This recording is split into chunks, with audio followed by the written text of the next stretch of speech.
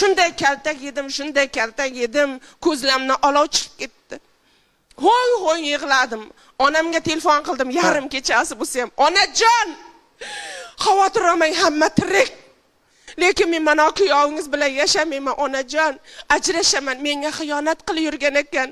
Kaltakni yegan men bo'ldim, aybni qilgan u bo'ldi-ku." Desam, onam aytdi, "Jim o'tir" dedi. Ha. Momang kaltak yeb o'lmagan, onang kaltak yeb o'lmagan, sen ham o'lmaysan dedi. Yana bitta gapni bilib ol dedi. Onada qiziga rahmi keldimi?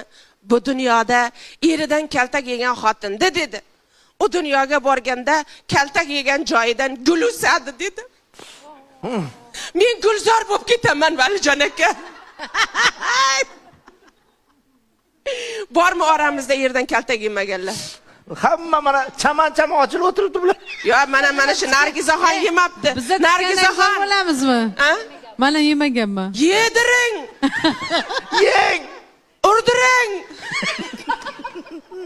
O dunyoga borganda g'o'zapoyan cho'pi. Valijon aka, yog'idan gul chiqish kerak-ku bulardi. To'g'ri. Meni mana ko'zimdan aniq bilaman, atirgul chiqib keladi.